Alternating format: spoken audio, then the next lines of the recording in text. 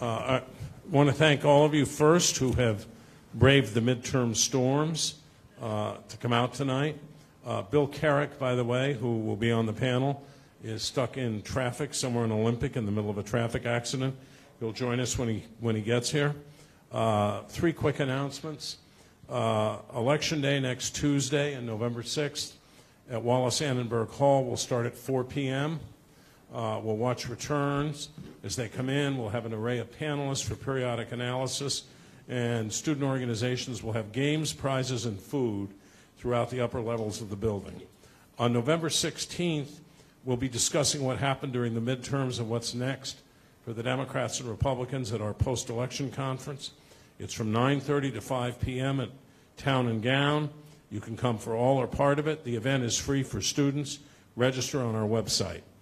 Tonight's event is being broadcast on Facebook Live, and I'm delighted to have this conversation with, first, Gentry Collins, who is a fall 2018 fellow at the USC Dornsife Center for the Political Future, former national political director of the Republican National Committee, a veteran of the McCain, Romney, and George W. Bush campaigns, and he's been called one of the most highly regarded operatives in the party. Areva Martin, attorney, CNN legal analyst, co-host on CBS's Face the Truth, author of Make It Rain, How to Use the Media to Revolutionize Your Business and Brand. Frank Wilkinson, editorial board member of Bloomberg View, writes on politics and U.S. domestic policy, former national correspondent for Rolling Stone, a brilliant observer and writer. And Bill Carrick, when he gets here, is the chief strategist for Senator Dianne Feinstein, Mayor Eric Garcetti, one of the nation's leading Democratic political consultants. He and I first met when we were both working for Senator Ted Kennedy long before most of you were born. I'm going to just start off with a question and go right down the aisle. The Cook Political Report rates 69 Republican House seats as competitive, with just 5 competitive Democratic seats. And I think those numbers may have even gotten larger in the last day or so. Our USC Dornsife LA Times poll shows a generic lead of 17 for Democrats in the congressional races. What are your predictions on the House, and can you explain them?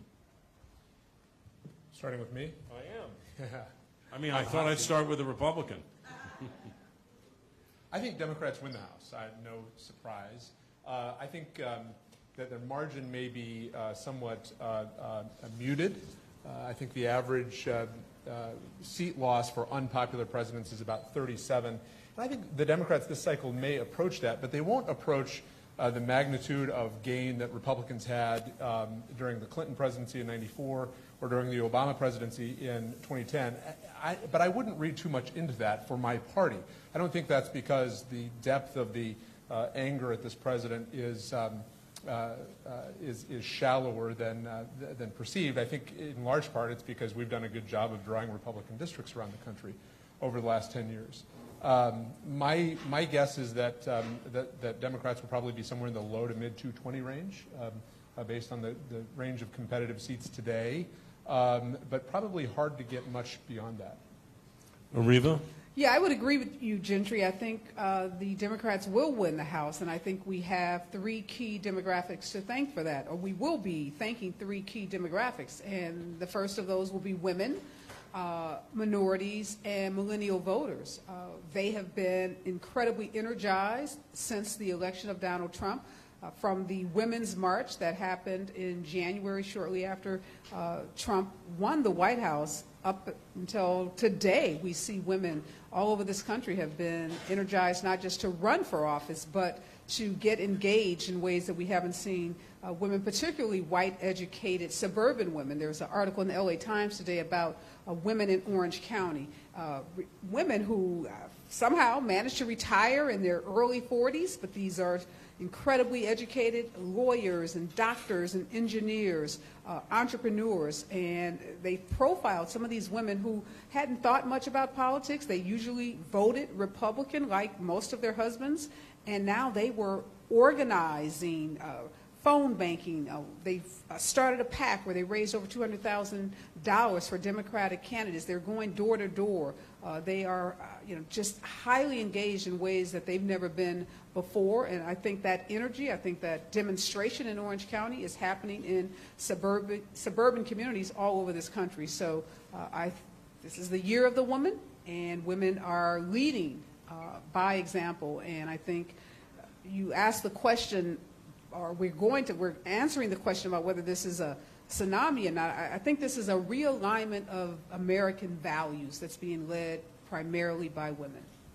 Frank, are you do you share this view? Well, I'm still gun shy because I predicted Hillary Clinton like everyone else, and so I'm very scared of making predictions now. But no, I think the Democrats win the House, and if they don't, you have to really ask some questions. I mean, they have had a tremendous success recruiting candidates, including some truly spectacular women candidates. And I think, people like Amy McGrath in Kentucky, candidates who came out of nowhere. This is a candidate who was a lieutenant colonel in the Marine Corps. She was the first woman who flew, I think, an F-18.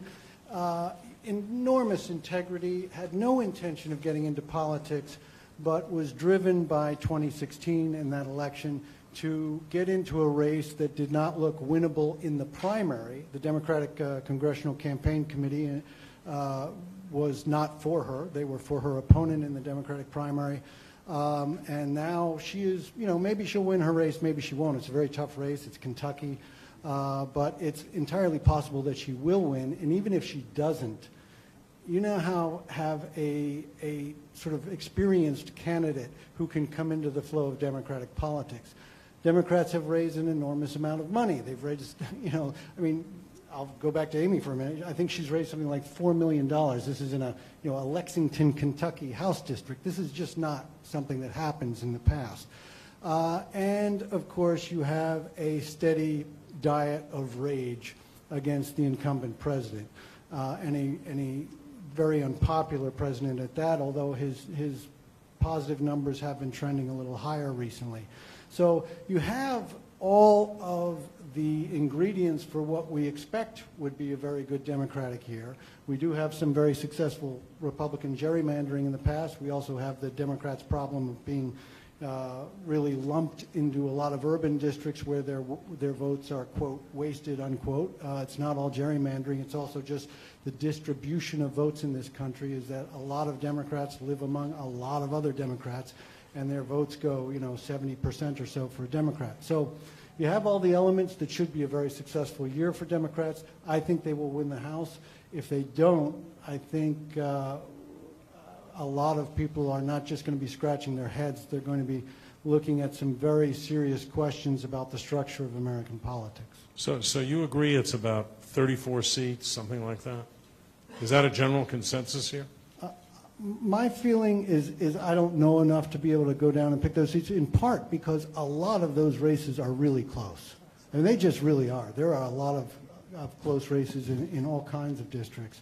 So I think it's probably not going to be the case that Democrats win all of those, in which case they would really have a big night. But yeah, I think they'll probably win most of those if we're looking at the kind of enthusiasm that we think we see out there. Gentry, any circumstance under which you think it's more than 34 seats? I mean, what if there is a tsunami? I remember sitting at NBC in New York in 2006, and I think it was Pat Buchanan I was arguing with. And he said, and we'll get to the Senate later, but he said, no way Democrats can take the Senate. I mean, there's just all these close races. And I said, but the way the night is developing, I think all the close races may go one way. Now, that obviously won't happen in the House. There are too many of them. But an overwhelming percentage of them conceivably could. Yeah, I think that's right. But I still think that the size of the playing field is smaller than it has been historically. And I think this point is exactly right, that it is not just the way that the districts are drawn. It's that for all of the demographic problems that my party has, the Democratic Party has a geographic problem. And the number of counties in which the Democratic Party in this country is competitive has declined precipitously since the Bill Clinton era, for example. So I don't know. I tend to think that the polling may miss a wave. that it may underestimate the strength of a wave. But I think that the places where that turnout is high are places that would have gone Democratic in the first place. And so I don't know that it expands the map in terms of number of House seats. If Bill were here, I would ask him about what he thinks about the California House seats. Frank, are you out here covering any of that? I'm about to go to Orange County tomorrow, and I'm going to spend some time looking at the Rohrabacher race in the 48th district, and then I'm going to also go up to the Cisneros race up there. So maybe we'll catch up with that when he gets here. I want to go back to something Areva was talking about, and that's the blocks that are moving, because I think there is this kind of realignment. I want to talk about independents, college-educated white women, and suburban voters who seem to be moving heavily toward Democrats. What's driving that? Is it just a desire to check Trump? Well, I think it's primarily a desire to check Trump. I think the outrage, I think those women, those 53% of white suburban women that voted for Trump had not anticipated the level of divisiveness that would follow with him. I think the immigration policy, tearing babies away from their mothers, their parents at the border, obviously the assault on women, the Kavanaugh effect, how Dr. Christine Blasey Ford was treated during those hearings. I don't think we can underestimate the impact that that has had on women. When they poll suburban women, those are some of the factors that are immediately identified as why they are leaning more Democratic and why they are leaning away from the Republican Party. The Me Too movement and this whole notion that has been spun by Trump that somehow men need to be protected. I think women have a visceral response to Donald Trump and his attack on women. And we're seeing that played out by this activism, by this engagement, by these numbers that suggest that suburban white women are now moving away from the Republican Party. And even though many of their husbands, most of their husbands, when we look at Orange County, bastion of conservatism. So not to say that the families are moving away, but these college-educated white women seem to be breaking from the Republican Party in ways that we haven't seen in decades. Gentry, do you agree with that? And could the Republican Party end up, beyond this election, in a demographic cul-de-sac? I think the Republican Party already is in a demographic cul-de-sac. I think that in large measure I agree with what you've said. In fact, in some of the polling work that I've been a part of, what we're now looking at is what we call yoga dads, that mom's already lost. And so now the question, I think, in terms of size of a blue wave is does that move into a bigger problem with men? Or do their husbands follow them, in other words? There's some evidence of that, though not a great deal of evidence of that. Though back to the sort of the geographical question, I think that some of the very issues that are driving that are also the very issues that turned the Senate and put it out of reach for Democrats. I think that the Kavanaugh matter was interpreted very differently in the middle of the country than it was on the coasts. And I think you see that in Senate results. I think we likely will pick up a seat or two in the Senate, maybe 3. So one of the reasons Hillary Clinton fell short was lower turnout among minorities and millennials. In both cases, do you expect higher than usual midterm turnouts? Frank? We'll see. Frank, you don't want to say yes to anything, huh? No, I do. I very much want to say yes to that because, they're, especially when it comes to millennials and college students and people whose futures are very much on the line in this election. It is very distressing to me. I did a panel at a college in New York a couple of weeks ago, and I was very distressed at the reaction of a lot of students who just did not register what tax policy was doing in terms of taking money from the future and giving it to the present, in terms of a lot of things that were really working against them, and they were very unconscious of policies that were going to have a negative effect on them for potentially a very long time. So on the one hand, we are beginning to see now, and we are at the end of the game here, but we're beginning to see some evidence in polling of an increase in enthusiasm among young voters.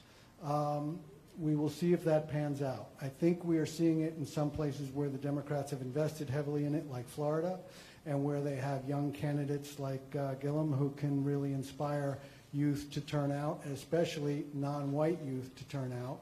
And we'll see, you know, some of these Orange County districts that have high Hispanic populations will have some of that same effect.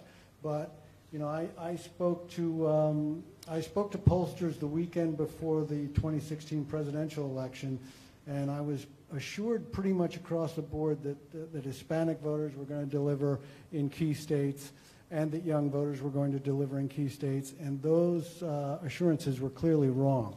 So we don't know what's going to happen. We're getting indications from some polling that kids and millennials and younger ones are going to turn out, but I honestly would go back to women. To me, this election is being driven by women. It is being driven by women both as donors and as activists, and I think that they will play a huge role in getting younger voters out and in getting other voters out. I'm seeing an enormous amount of engagement from women who are not young, but are middle-aged women who are reaching down to bring other voters with them. Yeah, I'm guardedly optimistic about millennial voters. We're talking about voters who, you know, historically are not high-propensity voters. They'll show up at rallies, they'll, you know, engage on social media, but they just don't, you know, demonstrate that they vote in large numbers. Some of the polls we talked about before the panel indicate that millennials are more engaged this election cycle, much more so than they've been in prior midterm elections. And you talk about Andrew Gillum. I was at an event with Stacey Abrams, who has done just an incredible job of galvanizing voters in Georgia, particularly young voters. So I think having younger Democratic candidates on the ballot in some of these key states is playing a huge role. We can look at Beto O'Rourke in Texas and look at the massive numbers that he draws on college campuses, his massive investment on Facebook, which is where we know so many millennial voters get their information from social media. So I think the indicators are there that we're going to see higher millennial turnout than what would be normally expected. I think as it relates to African American voters, we can say without doubt the numbers suggest that African American voters are going to turn out in pretty large numbers.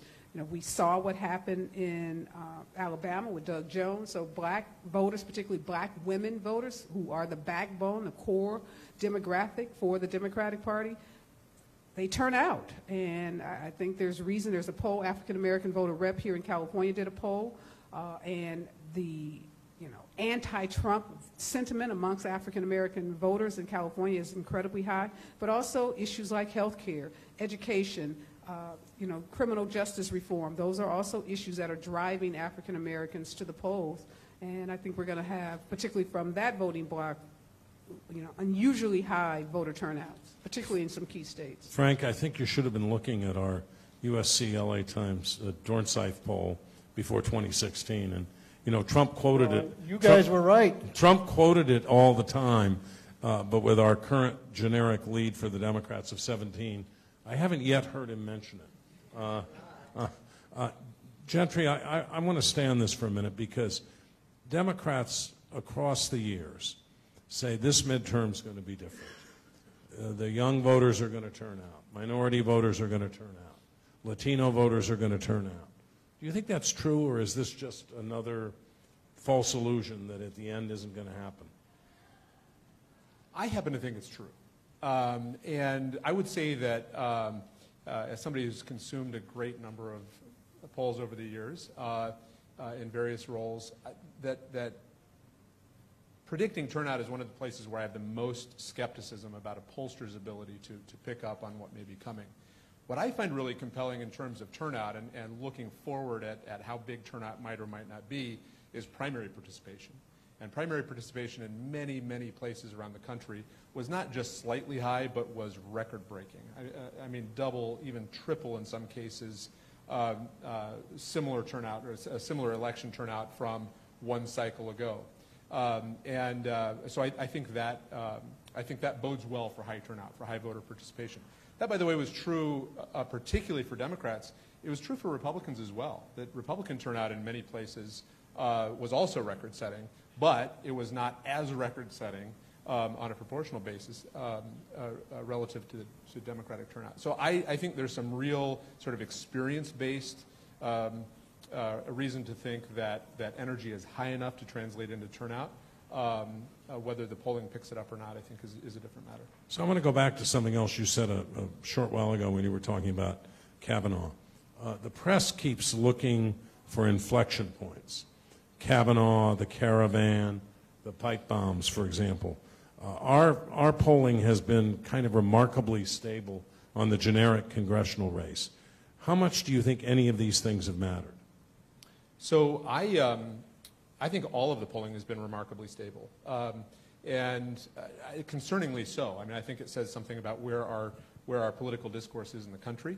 Not the question you asked, but I think it's defined now and has been for several cycles, not by what we're for or where we say we can take the country, but by what we oppose. And I think that's part of the reason that our politics has gotten so ugly. And I think that defines a number of midterm elections, consecutive midterm elections, probably going back to at least 2006. With respect to inflection points, I think the country is sickened by a lot of what's going on, and then they look at the other side and they say, well, I oppose that more. And whether that's precisely right or not, that's as close as I can come to a description about why is it that numbers have not moved. Right track, wrong direction numbers have not moved. Fave, unfave has not moved. Presidential approval has not moved. Congressional approval has not moved. And on a related point, the predictions about net gain and net loss in the House and in the Senate have barely moved. Maybe a little more movement in the Senate, but frankly that was to be expected based on the nature of the map this time. And so I think in the absence of a better explanation, I think what describes the static nature of those results is that as disgusted as we may be, and that applies to both parties, we hate the other party more than we love our own. And I think that's a very sad commentary in American politics, but I think that's where I would say things are today. Frank, how do you read the president's strategy in the run-up to the election? Today he came out and announced that by executive order he was going to, in essence, repeal the 14th Amendment and get rid of birthright citizenship. He's talking about the caravan all the time, and Fox News is talking about the caravan, which, by the way, is shrinking because people are accepting offers of asylum in Mexico. Does this kind of distraction work? Well, first of all, I don't think the tactics are a distraction. The strategy is the strategy, and the strategy is race. The strategy has been race all along with Donald Trump. He started off in 2015 running a campaign on race. He has never stopped in the time since, and he's doing it again now. So racial division is his modus operandi, and that's not going to change. The caravan is an expression of that. The nonsense about the 14th Amendment is an expression of that. The way he deals with his rallies are expressions of that. Racial division is what defines his politics, and that is what he has staked his claim on. He had an opportunity to pivot, of course, once he became president and become president of the entire country. He has not chosen to go that route. And, you know, there's obviously a significant part of his party, the part of his party that actively rejected John Kasich, actively rejected Jeb Bush, and other people who wanted to go in a very different direction than Donald Trump.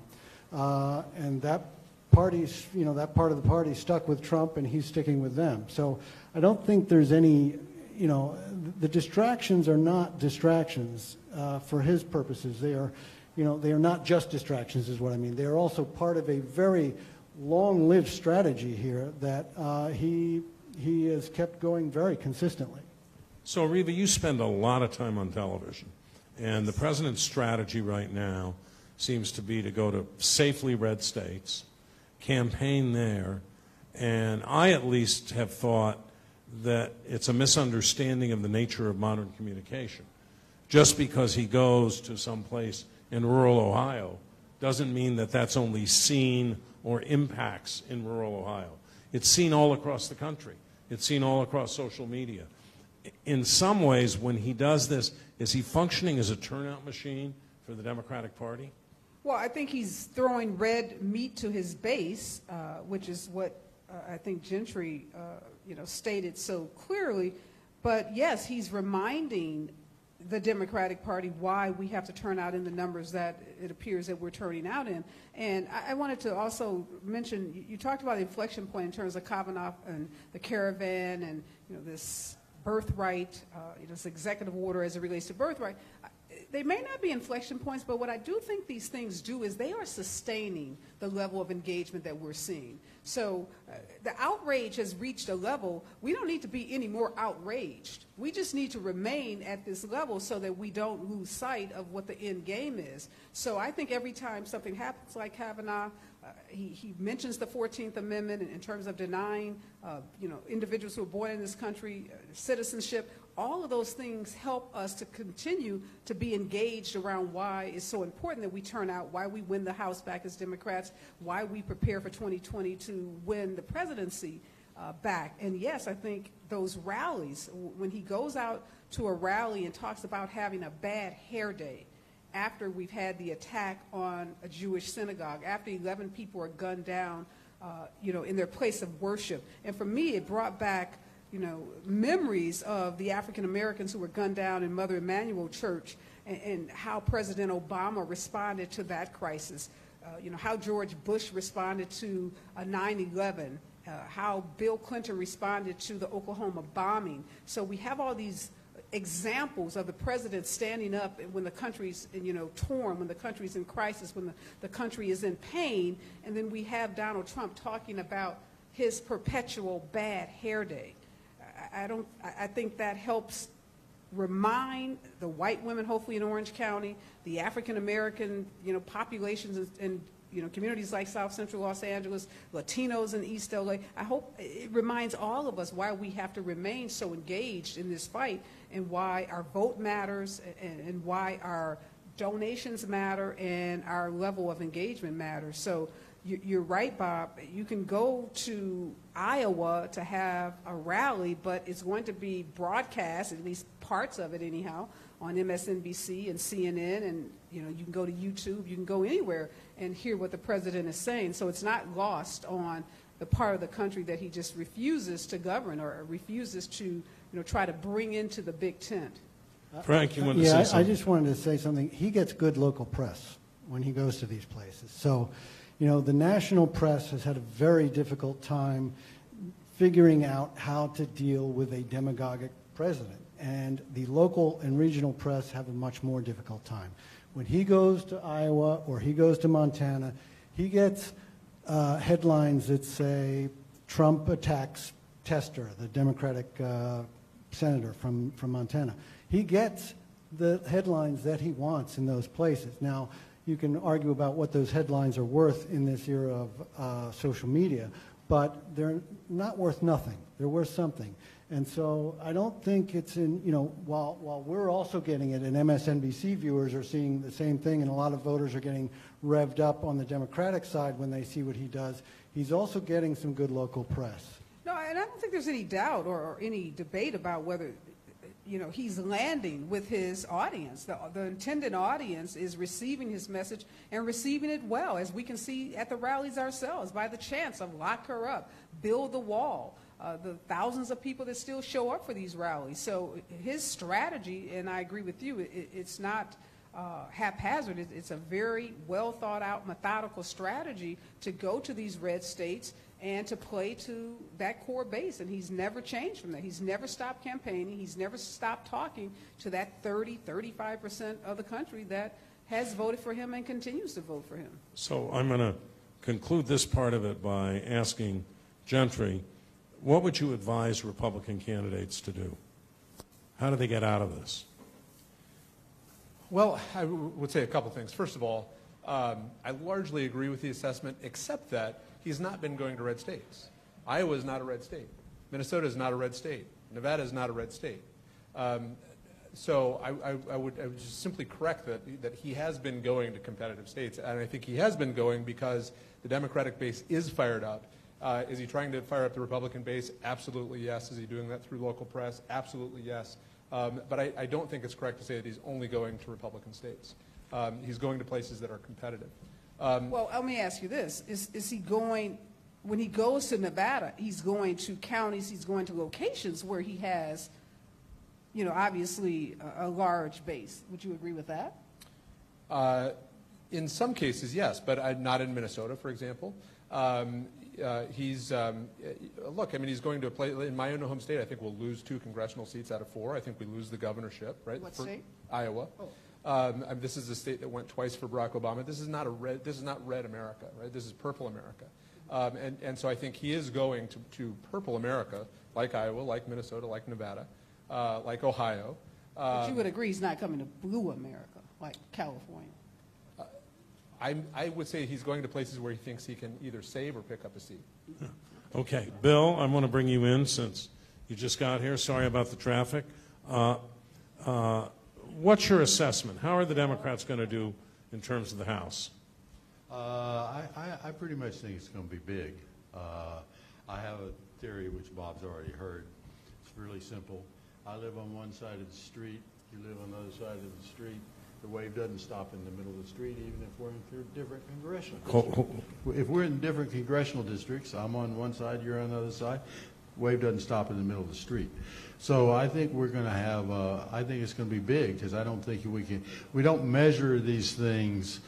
We measure congressional districts by the polling inside the district and the turnout and those kinds of things. But that's not how waves work. Waves just keep going. They're relentless. And I think this is a big wave. What about California? California is, we have a bunch of districts that have been in transition politically for some time that manifested itself in 2016 with Secretary Clinton winning a bunch of districts here. All those districts are now competitive. I'm struck by 2 things. The intense energy on the Democratic side that is very big, very hard here for President Trump to rally the base because it's just not large enough to be determinative in any of these swing seats. So I think California, we're going to pick up a lot of seats. I think I'm bullish on how many. I think it's going to be more than people think. And I am also struck a little bit, and this is a part of the congressional dynamic that we've had for so long, that people win a seat and keep it for a long time, and in the process they stop campaigning because they're safe and they don't have to spend a lot of time campaigning. I'm struck by how rusty the Republican congressional people are as candidates, with the exception of Jeff Denham, who's had competitive races. Most of these people are not facing competitive races for the first time, and they don't even get the contemporary way you talk about politics. One of the Republican candidates was attacking her Democratic opponent for being for universal health care, which, I haven't heard anything like that in 25 years.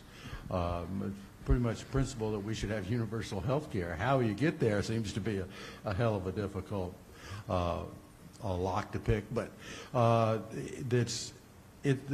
are a lot of rusty candidates, and the Democratic candidates are by and large younger, outside of politics, higher energy, and as a consequence, the idea that they have a lot of baggage or they can be attacked for various things, like, we've seen some pretty aggressive attacks on them based on ideology. Well, they don't really have a record, so it's harder to do that to somebody that has no record. And the one thing we know about California, the standard go-to Republican national thing is a vote for Bob Trump is a vote for Nancy Pelosi, and that's That just doesn't work here at the same intensity that it does in other parts of the country. I want to do three quick things that I think are important and then turn this over to the audience. I've been struck by the fact that unlike the Clinton campaign in 2016, Democrats are running almost no ads about Donald Trump. He's out there, in essence, through free coverage, communicating with everybody.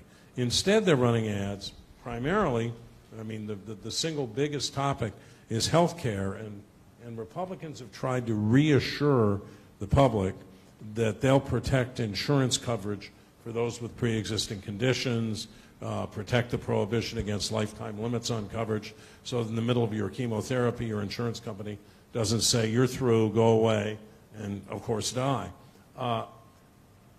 Why can't Republicans reassure on that? What's the barrier? Well, first of all, I think that this election is fundamentally not about health care. I think it's fundamentally about Donald Trump. So I would simply put that down as a marker. But I think that the problem for the Republican Party is that we ran for 10, 12, 14, 4 election cycles on repeal and replace. And voted for it. And you've got the trifecta, and you're not able to repeal and replace. Why? In my view, fundamentally because we did not do the work of having something to replace the repeal with. And until that's done, we're not going to reassure the American people. Anybody want to add to that? I think it's pretty clear. I agree this election's entirely about Donald Trump, but I think Democrats are running on health care for 2 reasons. One is Donald Trump is the air we breathe politically. He's so pervasive you can't get around it. But health care is also a way of saying, A, we have an agenda, and B, we're not just against him, we're for something. And so don't accuse us of just hating Donald Trump. Which was the Hillary Clinton problem, I think, in 2016. Yeah, and I think the Republicans who are trying to, spin this message that they are going to protect individuals who have pre-existing health care, their records justify that. So, Democrats have been able to point out that this is just not believable, that Republicans are just out and out lying about how they have voted and what their position has been, as you said, Gentry, for now, many, many election cycles on, the health care issue and how they are going to deal with, any kind of appeal of Obamacare. And Obamacare, as we all know, is incredibly popular. Whether you call it that or not, the majority of Americans like what they have, and more Americans than ever have health insurance as a result of Obamacare, and they don't want to lose it. It's an entitlement. Once you get it, you don't want to give it up. So that's going to be a hard message for Republicans who have voted to kill Obamacare. I'm going to move on, but I have to observe that some consultant or operative got paid or thanked profusely for coming up with the slogan repeal and replace. The problem is every once in a while you have to deliver on slogans. And if you don't deliver on them, you get in a lot of trouble. Now, we've talked a lot about the congressional races, so I'm going to touch on the other aspects of, 2 other aspects of this midterm. Governors and state legislative races have been incredibly underreported in the midterms. What do you foresee there, and why are those races so important? Gentry, you can start. Well, my background is largely in gubernatorial races, and I would say that you're precisely correct that this is the vastly underreported story. The easy story to tell is the federal story, of course. I think that where the blue wave, to the extent that it's a blue wave, where it will really manifest itself is in state houses, and particularly at the gubernatorial level. State legislatures are like the U.S. Senate, are somewhat more insulated because not every seat is up. But Republicans will go backward dramatically at the gubernatorial level. I think there are a variety of reasons for that. One, I think they're swept up in an anti-Trump wave. 2, I think that you're at the tail end of 2-term governorships that were won in 2010, a Republican wave year. So either you've got incumbent Republicans who have worn thin or who are term limited out. And I think the net result will be the most devastating sort of political result for Donald Trump, which is that the upper Midwest, which had been largely red at the gubernatorial level, will turn largely blue at the gubernatorial level, which has a couple of consequences. In the short term, those state parties that will be responsible for voter registration and get out the vote efforts and those types of activities in the presidential reelection year generally atrophy after you lose the governorship. number one. Number two, those governorships, with all but maybe one or two exceptions that are still 2-year terms, I think 34 of the 36 governors up will not be up again pre-redistricting, right? So that this crop of governors will preside over redistricting in 3 dozen states around the country. So I really believe that gubernatorial elections are the great untold story, and they are where the blue wave will hit. Anybody agree or disagree with that? Yeah, I agree with that, and I think that's why we say so much and so often that all politics are local, and why it's so important that people not just vote in federal elections, but they vote in state elections, because those state houses are so important. We see that being played out in the Stacey Abrams race, where the Secretary of State he's the Secretary of State, right? Kemp. No, she was. No, Kemp is her opponent, the Yeah, Republican nominee, Yeah, he's the Secretary of State. Secretary of State is playing a role in what has been, termed voter suppression. He's been sued for voter suppression. So when you have the Republican Secretary of State who's running for office and at the same time has the power and authority over, votes in that state, it makes a huge difference. So I hope this blue wave that happens also encourages those voters, millennial voters, women, and minorities to pay close attention to those state houses, because as the 2020 census rolls around and hopefully Democrats now have an opportunity to redraw some of these districts, we have a better chance at taking back the Senate and addressing this voter suppression, which is not just happening in Georgia, but is prevalent in a lot of other states. Okay, I'm going to jump right. Bill, go ahead. I just said one thing about the governor's races. I think the upper Midwest is going to be really bad for the Republicans, but I don't think it's going to be limited to that. I think there's a lot of governor's races around the country. Georgia and Florida are both races with African-American Democratic nominees who are doing extremely well. And I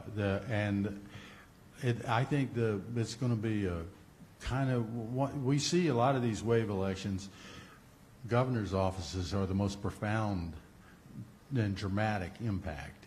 And just to be clear, I don't disagree that it's not just the upper Midwest. The point I was trying to make is that I think the upper Midwest is where Trump's re-election effort will be most dramatically impacted by the loss of that will be bad for him in the future. Okay, we're going to come down and do this quickly because I'm going to turn this over to questions. Finally, the Senate, which we haven't talked about. People have referred to it. Bill, any chance of the Democrats taking control? And say, what if Beto O'Rourke wins in Texas? And you're a Texas expert. We will have a majority of the United States Senate if Beto wins. Yeah, definitely. Could he win? The numbers there are astronomically off the charts on early voting. Now, the warning on that is it's, sometimes early voting sometimes is people who would normally vote late who are just voting earlier. We see that here in California all the time, where we encourage people to vote by mail, and there would be people who voted at the polling place anyway. So there's a little bit of a warning there about early voting, but 500% difference in millennial early voting is pretty dramatic. And I think he's also doing something. This is going to sound very simplistic, but it's really got complex explanations. But he's going to be doing something that no Democratic nominee has done since Ann Richards, which is he's campaigning everywhere in the state. So he's finding these Democratic people who gave up a long time ago who are showing up, and all of a sudden you're in Silverton, Texas, and there's 300 people for a thing with Beto. It's a different way of engaging politics, and part of it is because of his enormous success as an online fundraiser. He's not doing the usual stuff of being stuck doing fundraisers and making calls all day. And I just want to note something that was, to your point, Bill, about Republicans who haven't run in competitive races and how rusty they are. There's this great online of Ted Cruz trying to do a Facebook Live interview. and the phone is upside down, it's sideways, they can't get the picture right. And, Beto has spent like $4 or $5 million in Facebook ads, and he is a social media guru when it comes to campaigning. And I think Ted Cruz has spent, I don't know, $180,000 in his social media ads. But it really shows, his lack of ability to make the adjustment and come into the 21st century, and definitely reaching those millennial voters. If you don't have a strong online presence, an internet presence, a social media presence, that says a lot about, where you are in terms of, your base and trying to expand that base to younger voters. Okay. I think the secret to it, though, is holding on to the red state Democrats.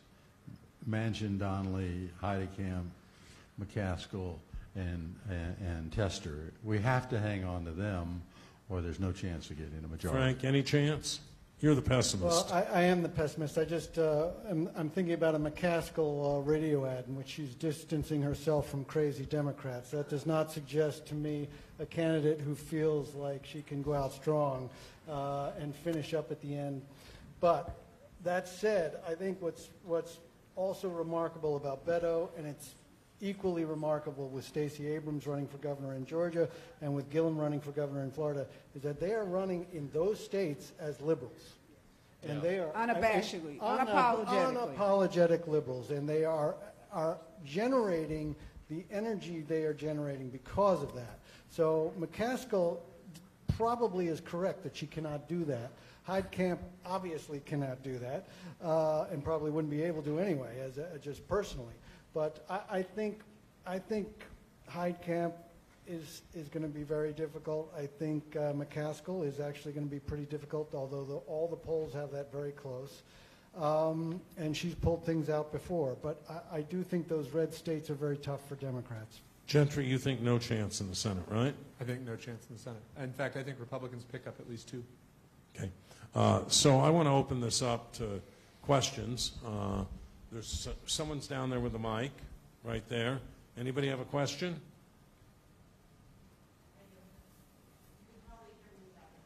Nope, we prefer the mic.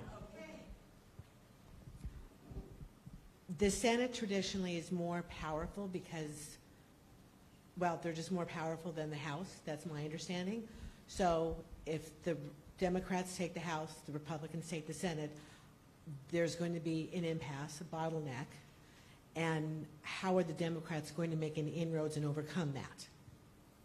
Well, I worked in the United States Senate for a while with Bob, and one magical thing was when we were in the minority, the Democrats, and were in the minority in the Senate and the majority in the House, we loved conference committees because we'd go conference with the House, and it was really you tested every legislative skill imaginable to be able to work out deals.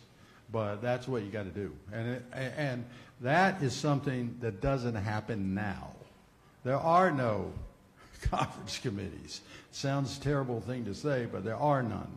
So there is no negotiating that goes on between the two political parties. But if there's a Democratic majority in the House, it's a whole different ballgame.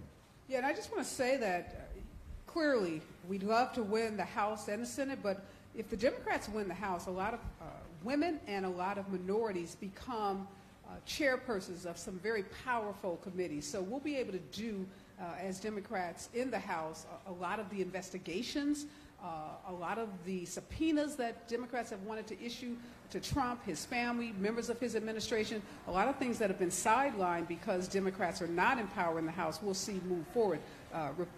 Congress people like Adam Schiff will be incredibly important in pushing forth a pretty progressive agenda in the House.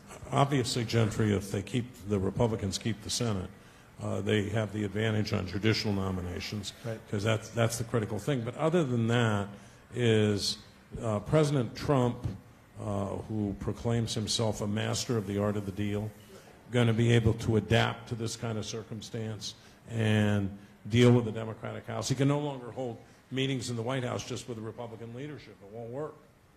Yeah, I'm pessimistic about that. I will say, though I am here as a Republican and a committed Republican at that, I am one of the Republicans that is waiting for what comes after Trump. I, in fact, don't regard him as a Republican at all. That said, I think there's as much of a question for Nancy Pelosi as there is for Donald Trump.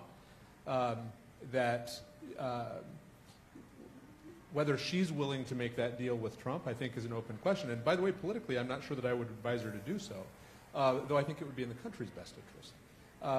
You think back to the Gingrich-Clinton interaction after the 1994 midterms that I think were very successful, not only for congressional Republicans, but I think historically speaking, very successful also for President Clinton, who was reelected having signed, I think, something like 8 of the 10 points in the Contract with America. And so I think there's as much of a question about how will the Pelosi House deal with Trump as there is how will Trump deal with Democrats in the House. Another question, right here and right there. So there seems to be a consensus among the panel that the Democrats will retake the House, although there is disagreement as to the scale of their majority. My question is, should the Democrats retake the House? With Nancy Pelosi saying she's going to take a transitional role as Speaker, how does the race play out for Speaker of the House? I think she's going to get reelected Speaker. I think that here's how when you're electing somebody minority leader, you get some votes against you just because it's a symbolic thing that somebody can say demonstrates their independence. I think when you're faced with the reality that you're going to possibly vote against the next Speaker of the House and you'd like to have a good committee, I think that's a different reality. And so a lot of this campaign talk will transition into something else if we get, and the larger the majority, the more influence Speaker-elect, those magic words, Pelosi will have. I think she'll be in charge. But do you think, Bill, that Nancy is hearing from younger Democrats, more progressive Democrats, in terms of opening up the leadership to be more inclusive of those voices? I think that's a challenge. I think because she's got to open it up and particularly you're going to have a large class of freshmen, congressmen. Last time we had a really big class of Democratic freshmen. Maybe it wasn't the last time, but 74, Watergate. They ended up throwing three or four House chairmen, three House committee chairmen out of office. So if you don't listen to them, it can be a real mess because they'll start a rebellion on their own. Yeah, I think the biggest problem she would have is if the Democrats took the House back by 3 or 4 votes. I think that would create a very tense situation. She's announced she wants to be a transitional figure. No one knows exactly what that means. I will say, by the way, just as someone who observes politics, she's been probably the most successful Speaker of the House in modern times in terms of both the legislation she passed and then as minority leader in terms of the amount of money she's been able to raise to put into Democratic campaigns. This happened before. In 1982, the Republicans made Tip O'Neill the bad guy, and he was in all the ads. And I think that the use of Pelosi this way was an attempt to offset the way people feel about Trump. When we ask in our polling, among the 20% of people, respondents, who didn't like the Pelosi agenda, don't like the Trump agenda, how they were going to vote, I think it was 58-27 they were going to vote Democratic. So I don't know that the effort to go after her has been all that successful, but it has pushed a lot of Democrats into saying, I'm not going to vote for her. We have another question?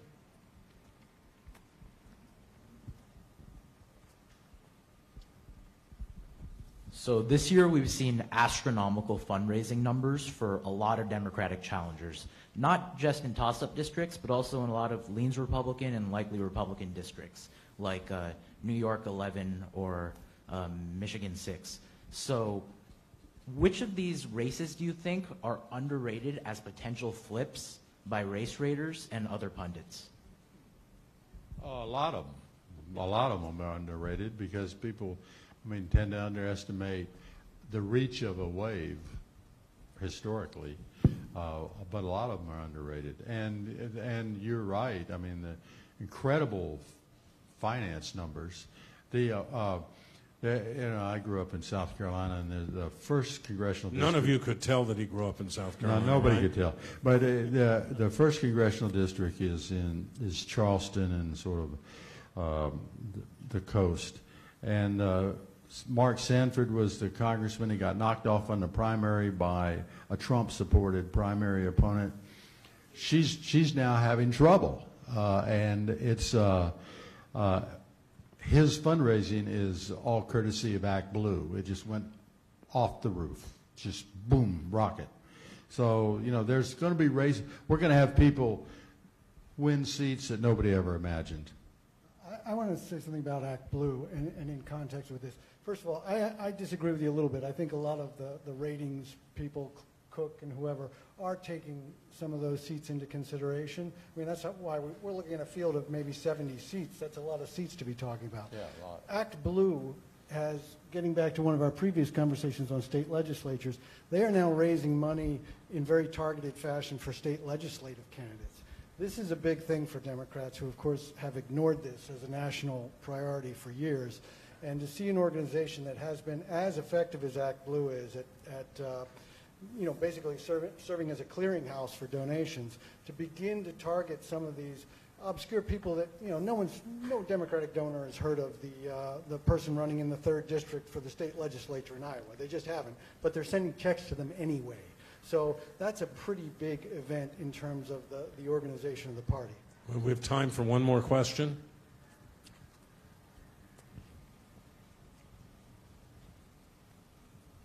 There have been claims of voter suppression in Georgia and then in Texas, like the voting machines switching the votes. How do you think that'll impact the blue wave, and who do you think that is targeted at? The Texas voting machine, I should say, is impartial in terms of how it switches votes, apparently. You can switch votes between candidates no matter who you vote for, and the danger is voting a straight party ticket. That's where it gets all confused. But I think, I'll let these guys talk about it, I think there have been some pretty terrible efforts at voter suppression. Georgia's an example. Kansas, where I think in Dodge City, which is kind of Democratic, they moved the precinct way out of town, so people have to get out there. North Carolina. Now, let me tell you that this can have another effect. People can get mad, and they can go stand in line for 3 hours and vote.